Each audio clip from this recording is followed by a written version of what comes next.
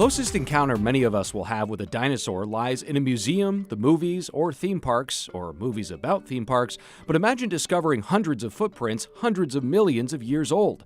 One man working at a limestone quarry in Oxfordshire, England, did just that. One of the quarry workers, Gary Johnson, was removing a layer of clay from above the surface where the prints were found, and he felt a series of bumps as his digger scraper went over the surface, and he thought, that's odd. Enter the universities of Oxford and Birmingham, who verified this incredible find in June of 2024.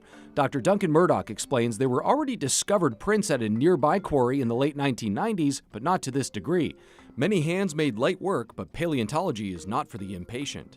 Removing the clay, which is covering the footprints, by hand, occasionally using a pressure washer to help soften some of the clay and move it out. Dr. Murdoch likens ancient Oxfordshire conditions to the Florida Keys, with mud deposits on the edge of a shallow sea, and says limestone is a great preserver of fossils in the right environment. What helps to preserve the prints there is that boundary between the limestone and the clay, and it's that difference in the materials that preserves that surface. Tens of thousands of photos combined with drone footage helped create a 3D model of these dinosaur trackways with two very distinct types of prints.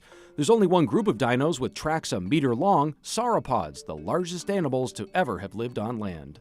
4 legs, long neck, long tails. Think of something like a diplodocus. The second set looks like it belongs to a 3-toed bird walking along the beach. So those are from a theropod, a meat-eating dinosaur. The most likely candidate is Megalosaurus, but it could be another related theropod. By the time T-Rex was walking around, these would already have been fossils for 100 million years.